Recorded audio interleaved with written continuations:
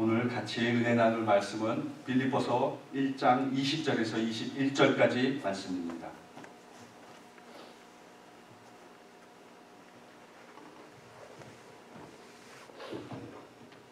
빌립보서 1장 20절에서 21절까지 말씀을 우리 찾으셨으면 함께 읽도록 하겠습니다.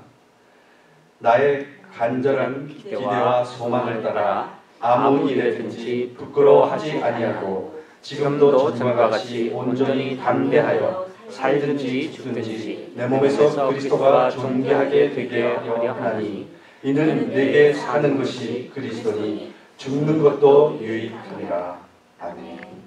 제가 오늘 여러분과 은혜 나눌 말씀의 제목은 내 안에 예수 그리스도가 사는 삶입니다. 여러분 안에 예수 그리스도가 살아계십니까? 아멘. 어떤 두 남녀가요 펜팔로 이렇게 오랫동안 교제를 한 후에 이제 결혼을 하게 됐어요. 펜팔. 요즘엔 펜팔을 안 하는데 우리가 그 학창 시절에 고등학교 때는 막 펜팔을 되게 많이 했어요. 저기 외국 사람들이랑 펜팔하고 아시는지 모르겠지만 펜팔을 되게 많이 했거든요. 옛날 얘기죠 사실. 그래서 이렇게 결혼을 하게 돼서 만나게 됐어요. 근데 그 남자를 딱 보는 순간 여자가 놀라고 맙니다. 그 남자가 한쪽이 실명된 애꾸눈을 가진 사람이었어요. 그래서 그 사람을 보자마자 화가 나서 이렇게 얘기합니다. 당신이 애꾸눈이었기 때문에 한쪽이 실명한 사람이었기 때문에 내가 화가 난 게 아니라 여태까지 그 수많은 편지를 했는데 수백 통의 편지를 오가면서 왜 당신이 한눈이 보이지 않는 사람이라는 것을 밝히지 않았느냐. 그게 화가 났던 거죠. 그랬더니 남자가 훌쩍 뛰면서 나는 처음부터 편지에다가 한쪽 눈이 안 보인다는 것을 이미 썼다는 겁니다. 그래서 어떻게 그렇게 썼냐 그랬더니 나는 당신을 한눈에 반했다고 썼거든요. 한눈에 반했다고. 그래서 그렇게 썼다는 것입니다. 우리가 실제적으로 이 적은 사단도 그리고 저주의 세력도 사단 마귀 귀신이 아니에요. 우리 가장 적은 누구냐면요. 우리 안에 있는 것입니다. 가장 가까이 있어요. 저 항상. 내 안에 있는 것이 적이죠. 그래서 우리는 항상 영적 싸움을 내 자신부터 해야 돼요. 항상. 남과 영적 싸움을 먼저 하는 게 아니라요. 내 안에 있는 나 자아와 싸움을 하는 거예요.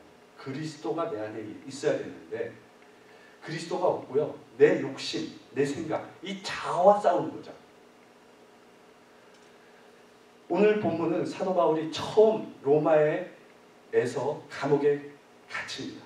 갇혀서 에바브로디도라는 사람을 통해서 편지를 빌립보 교인들에게 전하는 그런 서신서의 일부분.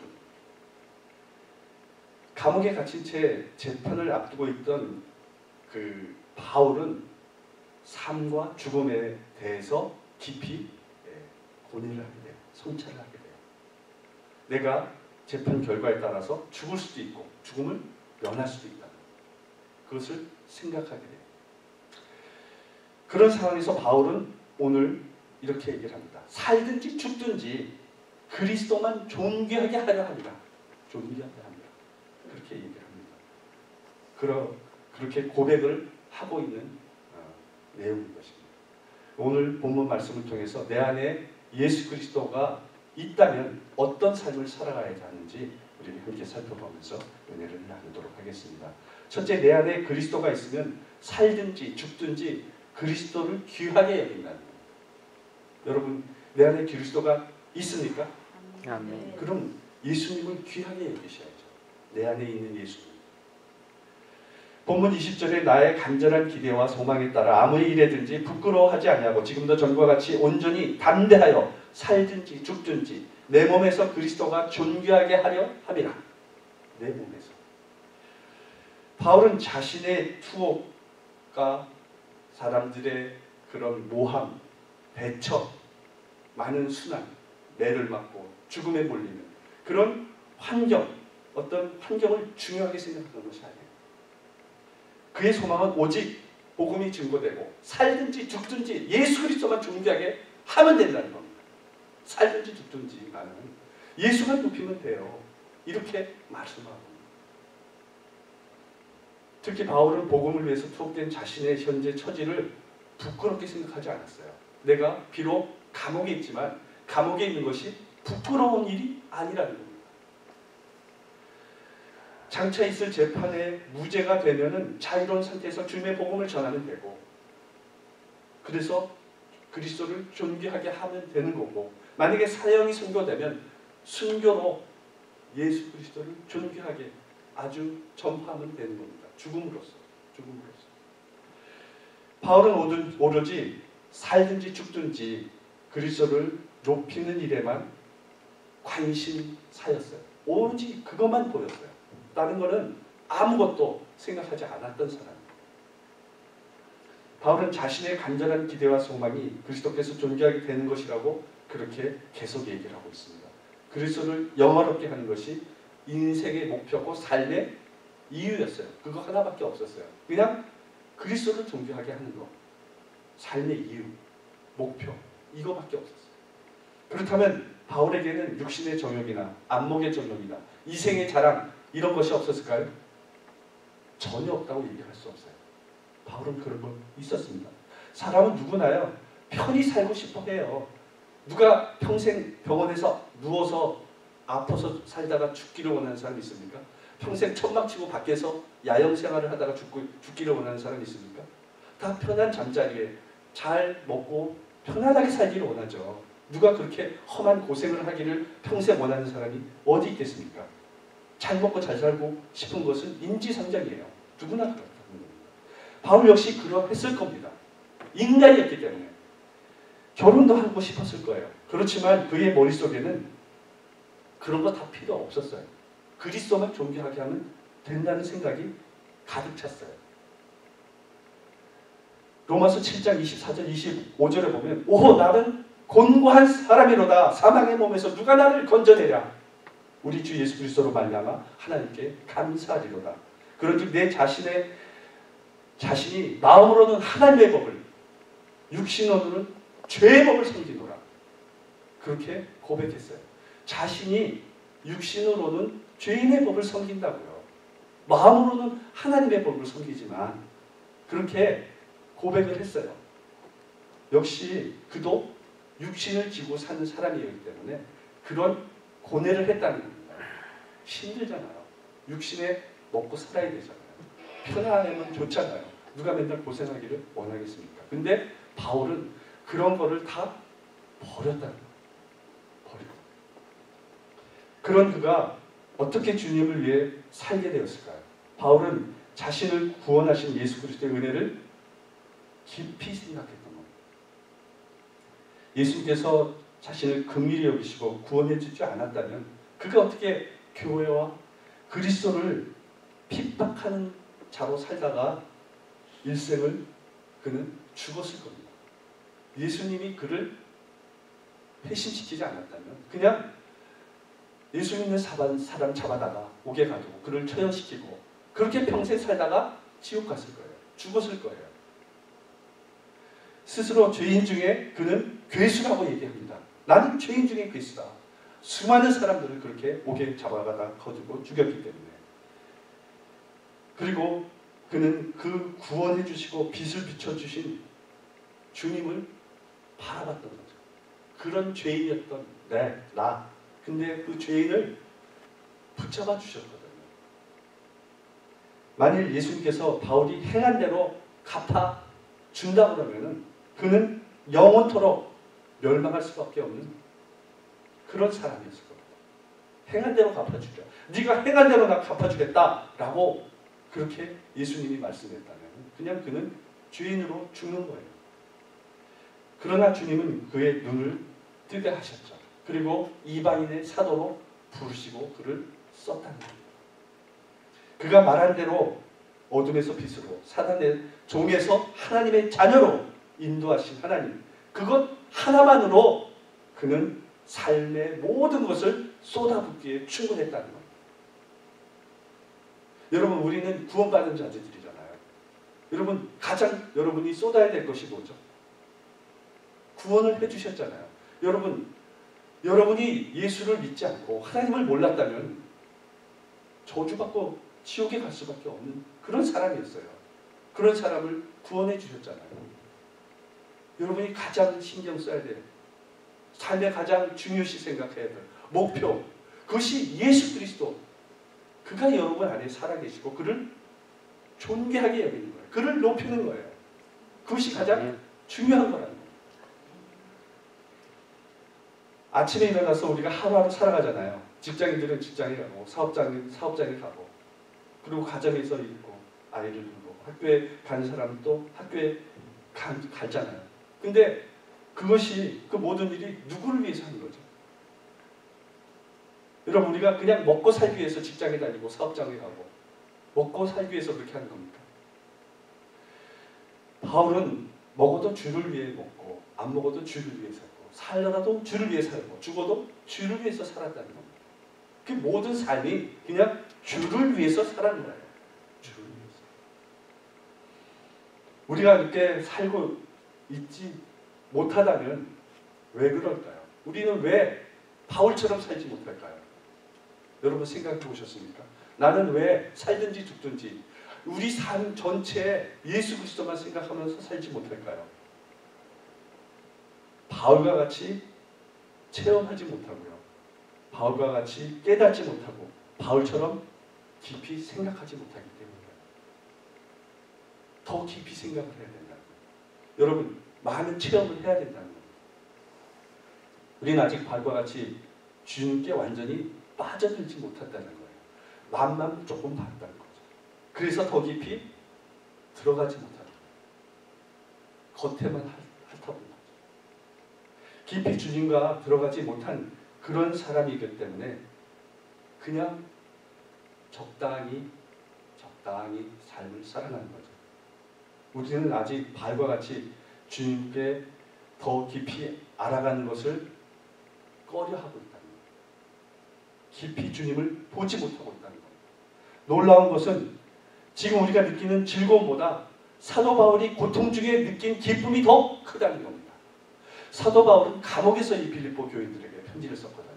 그 기쁨이 너무 큰 거예요. 그 기쁨이 우리가 평상시 때 이렇게 잘 살고 있는 기쁨보다 더 크다는 겁니다. 그리스도를 위한 삶은 결코 후회하지 않는 삶이었다고 얘기합니다. 우리의 영의 눈을 밝혀야 합니다. 그래서 영적으로 어두운 자가 되서는 안 돼요. 영적으로 소경이 되서는 안 돼요. 항상 영적인 눈을 켜고 우리의 삶에 가장 중요하게 생각해야 될 것. 하나님 우리를 부르신 이유가 뭔가, 그 영광의 기업의 풍성이 무엇인지, 그리스도의 충만으로 충만해지기를 기도해야 된다는 겁니다. 바울은 다메섹 도상에서 예수님을 만났죠. 그리고 그의 삶은 예수님을 핍박하던 자에서 예수님을 증거하는 자로, 복음을 전하는 자로 완전히 변화됐습니다. 그것은 바울이 예수님의 증거와 응답과 함께 하심을 체험했기 때문이에요. 그가 예수님의 음성을 듣고 예수님이 비친 그 빛을 보지 못했다면 그는 변화되지 않았을 거예요. 우리는 언제가 가장 기쁘죠? 여러분 가장 기쁠 때가 언제입니까? 기도하다가 응답받으면 기쁘죠. 그렇죠? 참 행복하죠. 막 기도했는데 다 응답이 되고. 근데 이것이 자꾸만 쌓이고 계속 기도하는데 응답이 되면은 예수님에 대한 믿음이 더 생긴다는 거예요. 바울은 그런 체험을 이미 많이 했던 겁니다. 죽음에 의해서 그가 옥에 갇혔을 때 옥문이 열리고 이런 많은 체험을 통해서 예수님이 나와 함께 하시다는 것을 체험했어요. 그것이 굳은 믿음으로 계속 굳어지는 거죠. 이런 체험을 분명히 우리는 해야 된다는 겁니다. 하나님이 나와 함께 하신다. 나와 함께 하신다. 그래서 바울은 살든지 죽든지라고 얘기할 수 있었던 겁니다. 나와 함께하기 때문에 내가 살든지 죽든지 죽어도 여러분 예수님과 함께하는 겁니다. 살아도 예수님과 함께하는 겁니다. 그렇게 얘기했던 겁니다. 이 말은 하나님을 아는 최고의 수준의 얘기인 것입니다. 그리고 그는 예수님을 통해서 구원받고 그분이 늘 나와 함께함을 알았기 때문에 그렇게 선포하고 있는 것입니다. 가장 강한 율법주의 신앙을 가진 이 바리새인들조차도 초대교회 그 성도들을 꺾지 못했어요. 왜 초대교회 성도들을 꺾지 못했을까요? 초대교회는 예수 그리스도 그 성령이 함께하는 교회였어요. 그래서 그들을 꺾을 수 없었어요. 그들은 분명히 예수님이 우리와 함께 하시다는 믿음이 있었기 때문에 영적 싸움에서 승리할 수 있었던 겁니다. 여러분, 우리가 아무리 어렵고 환경이 진짜 힘들고 그런 고난이 있을지라도 예수님이 나와 함께 하시면 여러분 그 고난을 이겨낼 수 있는 겁니다. 아멘. 마게도냐 헬라 철학이 얼마나 강합니까? 그 당시에 모든 문학의 세계 문학의 그 가장 주류를 이뤘던 게 헬라 철학입니다. 근데 헬라 철학도 기독교를 꺾지 못했어요. 그 로마가 오랫동안 세계를 장악했지 않습니까? 그 로마도 기독교를 꺾지를 못했습니다. 그것은 여러분, 그것은 성도들이 하나님과 함께함, 예수 그리스도가 내 안에 있음을 믿었기 때문에 그렇습니다. 그들은 죽음에서도 그래서 절대 꺾이지 않았어요. 예수님이 나와 함께 계시는 거예요. 꺾이지 않았어요. 그냥 사자밥에 죽고요. 불태워서 죽고 그렇게 다 죽어가는 거예요. 절대 꺾이지 않았습니다. 여러분, 우리는 예수가 계시면 살아도 좋고 죽어도 좋다. 이렇게 되면 살든지 죽든지가 되는 겁니다. 바울처럼. 사드락 메삭 아벳느고도 분명히 뭐라고 했습니까? 우리가 불 가운데 들어가면 하나님께서 건져주실 것이요 그렇지 아니할지라도 난 들어가겠다고 얘기했습니다. 그때 하나님은 불구덩이에서 그들을 건져주셨어요. 하나님이 함께함을 믿었어요. 죽으면 죽으리라요. 가는 거죠. 여러분, 우리 그런 신앙이 필요하다는 겁니다. 여러분, 말세가 갈수록 더욱 여러분은 많은 사단과 이단과 거짓 선지자들이 여러분의 마음을 흔들고 이런 환경적으로 더 심각한 사태가 오게 될 거라는 겁니다. 근데 이런 어린아이 같은 신앙으로서는 살아갈 수 없어요. 그래서 예수 그리스도, 죽든지 살든지 그 예수 그리스도를 믿지 않으면 결국 사단의 저주의 세력에 넘어갈 수밖에 없어요. 질 수밖에 없다는 겁니다. 더 마음을 공고히 하고 믿음을 더 강하게 이뤄나가는 자가 되어야 된다는 겁니다. 바울처럼. 우리가 가장 먼저 해야 될 것은 여러분, 사업도 중요합니다. 직장도 중요합니다. 우리가 가장 먼저 해야 될 것이 여러분의 아내 가정 생활, 그건 분명히 안 해서는 안 됩니다. 근데 그 중에도 중요한 것이 있습니다. 우선순위라는 것이 있습니다. 가장 먼저 해야 될 것은 하나님이 나에 대한 계신가를 점검하는 겁니다. 예수님이 오늘 나와 함께 하시는가를 점검하는 겁니다.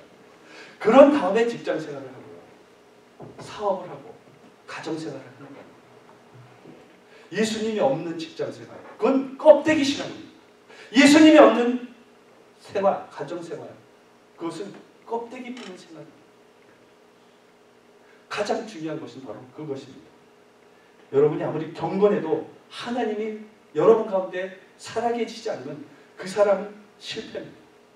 여러분이 아무리 열심히 살아도 하나님이 여러분에게 안에 계시지 않으면 그 사람은 언제고 좌절할 수밖에 없어요. 우리가 좋은 영화를 봐도 기쁨이 있잖아요.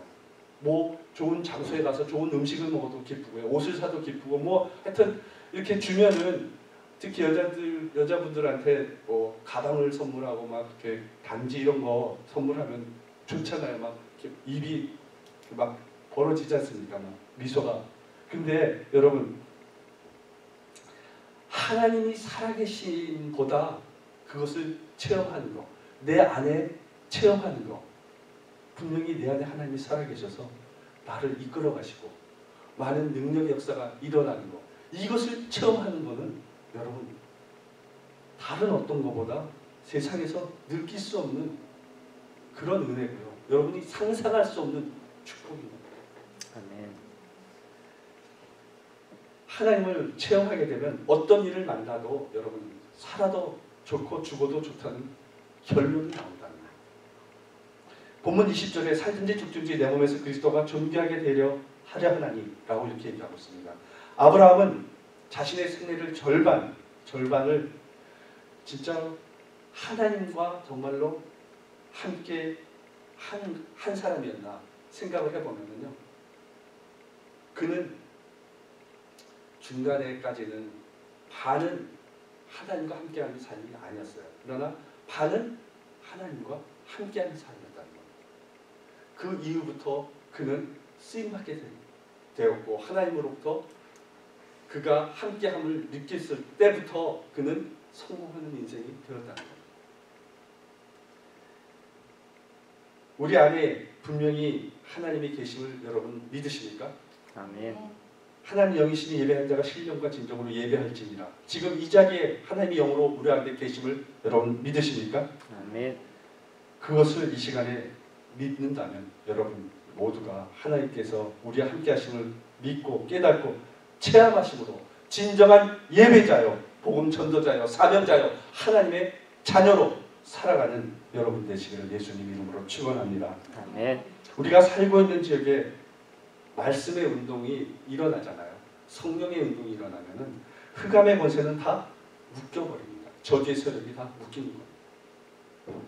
그때부터 성령의 역사가 일어나는 것입니다. 초대 교회가 바로 그랬던 겁니다. 직장에 여러분 말씀이 운동이 시작이 되잖아요. 그러면은 불신자들이 알지 못하는 흑암의 세력들이 묶이는 겁니다. 성령이 역사하면요. 그 사단 저주의 세력들, 마귀의 세력들이 다 꼼짝 못하고 묶여있는 겁니다. 떠나가게 됩니다. 근데 성령이 떠나가는 사람들은 그 마귀의 노예가 되거든요. 마귀의 먹이가 되고. 여러분 이것이 우리가 하나님의 자녀로서의 살아갈 목표가 되어야 된다는 것입니다. 하나님을 알지 못하는 곳, 주의 복음이 전해지지 않는 곳, 그런 곳에 복음을 전하는 거죠.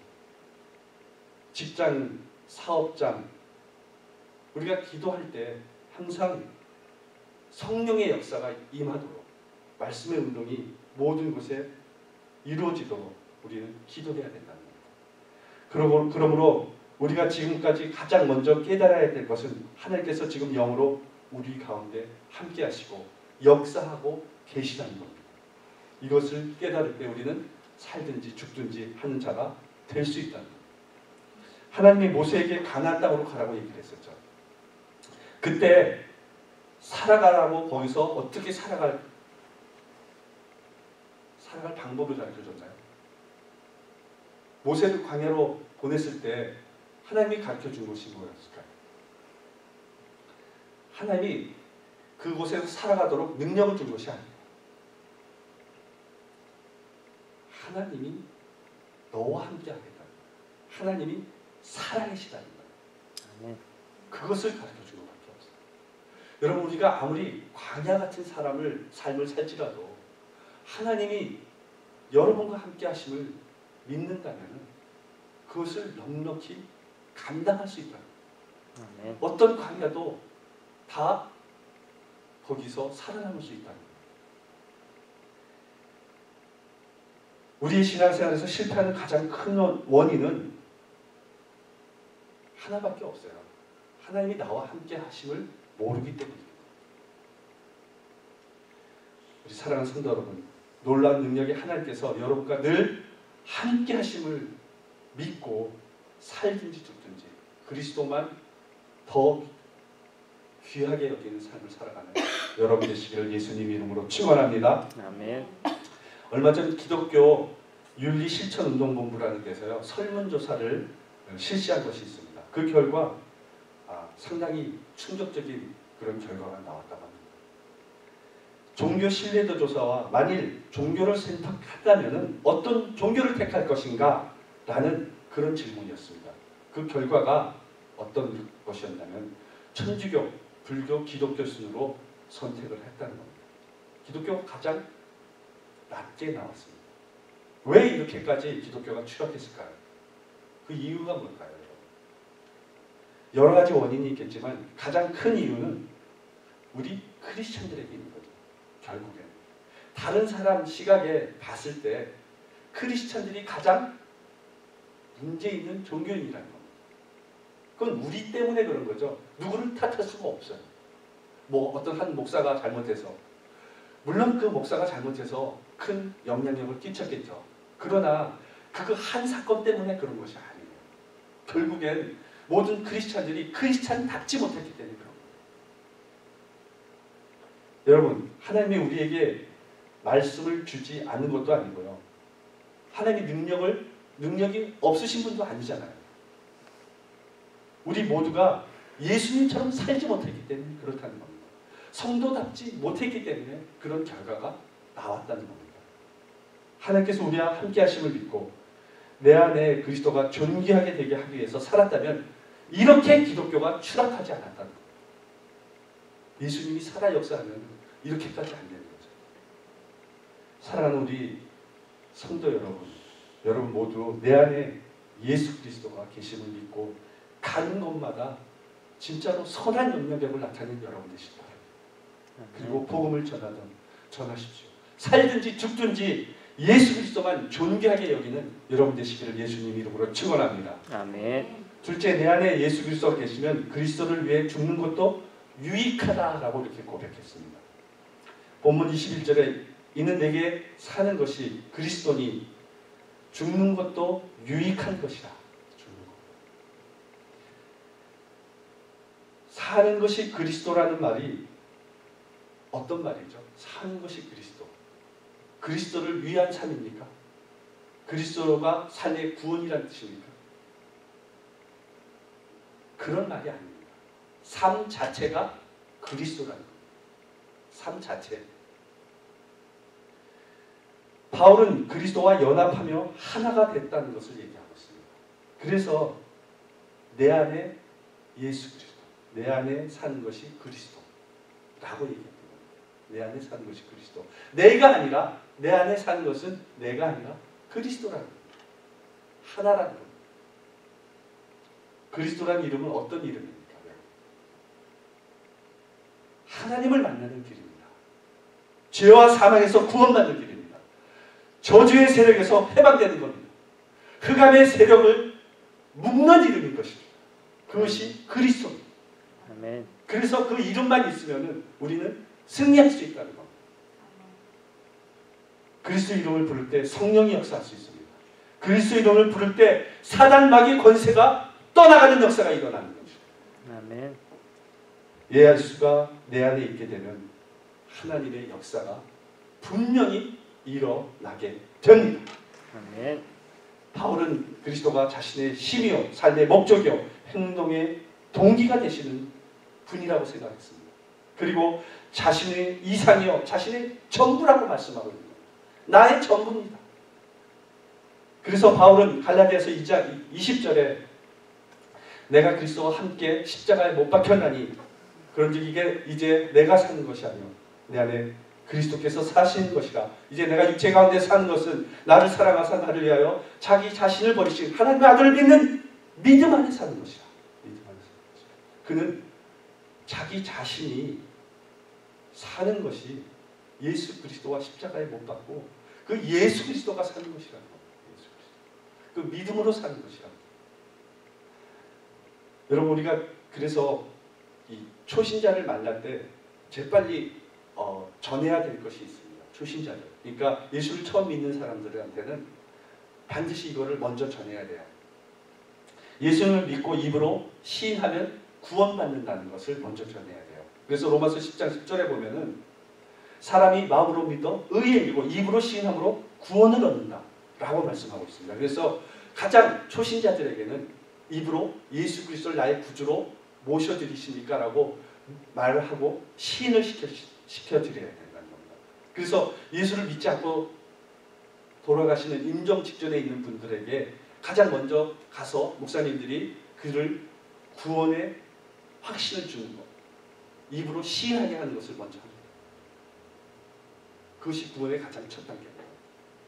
그리고 두 번째로 얘기할 것은 예수님이 정말로 하나님의 아들이라는 것을 증거로 그 이름으로 기도하라고 얘기해 줘야 돼요. 예수 이름으로 항상 우리가 기도하잖아요. 그러면은 예수님 이름으로 기도합니다. 이거를 반드시 넣어야 된다는 걸 가르쳐 줘야 된다는 거예요. 이건 기본적인 상식이잖아요.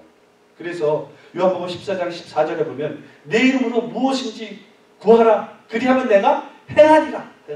그래서 내 이름으로 예수 그리스도 이름으로 구하라고 가르쳐 줘야 된다. 기도할 때. 그리고 요한복음 16장 24절에서도 지금까지는 너희가 내 이름으로 아무것도 구하지 아니하였으나 구하라. 그리하면 받으리니 너희 기쁨이 충만하리라. 우리는 예수 그리스도 이름으로 구할 때 응답 받을 수 있습니다. 하나님의 권능, 그리스도의 권능이 무지하게 크잖아요. 그것은 어마어마한 것이지 않습니까? 그 권능이 우리 속에 와 있다는 사실을 가르쳐줘야 된다. 초신자들은 우리가 능력이 있는, 얼마나 능력 있는 사람인지 잘 모르거든요. 요한복음 1장 12절에 보면 영접한 자 그 이름을 믿는 자들에게는 하나님의 자녀가 되는 권세를 주셨다고 말씀하고 있습니다. 그래서 예수님을 영접한 사람들은 하나님의 자녀로서의 권세가 있다는 겁니다. 그래서 사단 마귀를 쫓을 수가 있다는 겁니다. 그걸 가르쳐줘야 됩니다. 여러분, 우리가 신앙생활을 할 때 이렇게 이 세 가지만 가지고도 분명히 삶이 변화될 수 있어요. 변화될 수 있어요. 특별히 초신자들에게 이거를 빨리 여러분 가르쳐줘야 된다. 또 바울은 죽는 것도 유익함이라고 말씀하고 있는데 바울에게 있어서 죽는 것은 세상의 모든 괴로움에서 해방되는 겁니다. 참되고 영원한 안식에 들어가기 때문이었습니다. 그래서 그는 세상에서 많은 고초를 겪었거든요. 매를 맞고 많은 비난을 받고 죽음의 위기까지 몰리고 투옥이 돼서 그 많은 고통 속에서 살아왔던 그런 힘든 삶이었거든요. 그래서 죽는 것도 유익하다고 얘기합니다. 또 바울은 자신의 죽음을 통해서 그리스도와 함께 있게 되고 상급을 받는 축복 가운데 영원히 살 수 있다는 겁니다. 그래서 죽는 것도 유익하다고 합니다. 그리고 예수 그리스도께서 영광을 돌리고 존귀하게 하는 것을 방해하던 그런 모든 것에서 떠날 수 있기 때문에 그렇게 또 얘기했던 겁니다. 이러한 확신이 바울로 하여금 어떤 처지에서도 복음을 부끄러워하지 않고 담대하게 복음을 증거하는 원동력이 되었던 겁니다. 바울은 일반 성도들의 믿음처럼 주를 위해서 사는 삶, 그런 차원이 아닙니다. 그냥 주를 위해서 살겠습니다. 이런 차원이 아닙니다. 그 삶 자체가 그냥 그리스도의 삶이었어요. 생명을 창조하신 하나님 절대로 신뢰하는 믿음이 있다면 우리의 생명을 다 걷어가시기도 하고 주시기도 하는 그런 하나님을 믿는다면 우리는 죽음을 두려워하지 않을 수 있습니다. 오늘 우리가 잊지 말아야 할 것은 진정한 소망은 예수 그리스도밖에 없다는 것입니다. 여러분 모두 이 사실을 잊지 않게 되시기를 예수님 이름으로 축원합니다. 한편 죽는 것은 여러분 오늘 이 본문에 죽는 것이라는 것은 부정 과거로 죽음의 상태를 얘기하는 것이 아니에요. 이미 죽은 상태를 얘기하는 것이 아니에요. 아직 완료되지 않는, 죽음이 완료되지 않는 상태를 얘기하는 겁니다. 왜 바울은 그렇게 얘기하냐면 지금 재판을 받아야 되는 그런 상황에서 옥에 갇힌 상황이었기 때문에 그가 이런 죽음을 당할지도 모르는 긴박한 상황에서 얘기했기 때문에 그렇게 얘기했던 겁니다. 하나님은 지금도 살아계시고 역사하시고 기도하면 응답이 올 것이다 라는 믿음을 가지고 얘기했던 겁니다. 바울은 자신의 온 생각을 사로잡아서 그리스도께 복종시키고 자신의 삶의 목표를 하나님께 영광을 올려드리는 것으로 두었던 겁니다. 그것을 위해서는 아무것도 부끄럽게 생각하지 않았습니다. 여러분의 삶의 목표는 여러분 무엇이죠? 맨날 그걸 한번 물어보십시오. 내가 삶을 살아나갈 때 도대체 나의 삶의 정착점은 뭘까? 목표는 뭘까? 그것을 생각하면 그 사람이 그리스도의 사람인지 아닌지가 나올 수 있어요. 어떤 목표를 가지고 살아가는가? 내 몸을 통해서 그리스도께서 존귀하게 되는 삶을 선택한다면 여러분은 발과 같은 기쁨의 삶을 살 수 있습니다. 바울이 본 것을 보고 그가 생각한 것을 생각하기 위해서 힘쓰는 자가 되어야 된다는 겁니다. 주님의 사랑, 하나님의 영광, 영원한 삶, 이런 영적인 것을 볼 수 있는 자가 되어야 된다는 겁니다. 그는 그것을 봤기 때문에 이 땅의 고통을 감수할 수 있었어요. 인내할 수 있었어요. 그것을 이겨낼 수 있었어요. 하나님을 바라봤기 때문에. 영의 눈을 통해서 그와 같은 것을 볼 수 있기를, 그래서 여러분의 삶을 주님께 다 드릴 수 있기를 예수님 이름으로 축원합니다. 네. 미국의 한 신문이 독자들에게 이런 설문조사를 한 적이 있다고 합니다. 당신의 수명이 1년밖에 남아있지 않다면은 여러분 당신은 어떻게 살겠습니까? 라는 그런 설문조사를 한 적이 있다고 합니다. 응답자의 대부분은 집이나 땅을 사겠다거나 뭐 개인의 비자금을 만들어 놓겠다 라고 한 사람은 없었어요. 대부분이 그런 사람이 없었어요. 물질적인 어떤 그런 희망의 내용보다는 많은 사람을 도와주겠다. 내가 여태까지 사랑하지 못한 사람을 더 사랑해 주겠다. 그런 인간이 더 많았다. 지금 살고 있는 1년이 여러분 인생의 마지막 한 해라고 여러분 생각한다면 여러분은 어떻게 살겠습니까? 더 많은 것을 경험하고 사람들과 더 재밌게 살다가 그렇게 살다가 죽으려고 몸부림치겠습니까? 여러분, 우리는 그것이 중요한 사람들이 아니에요.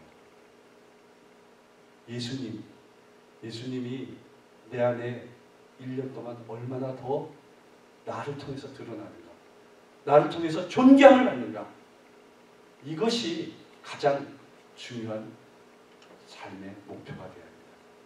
우리 사랑하는 성도 여러분 모두 내 안에 그리스도, 그 그리스도가 살아 역사하는 그런 삶, 살든지 죽든지 그리스도만을 위해서 살아가는 그런 복음 전도의 삶, 죽음은 천국이요 살아서는 전도라는 그런 마음을 가지고 주의를 열심히 감당하며 살아가심으로 하나님께 그리스도를 존귀하게 여긴 자로 하나님께 영광을 돌리는 여러분 되시기를 예수님의 이름으로 축원합니다. 네. 기도하겠습니다. 아버지 하나님 감사합니다.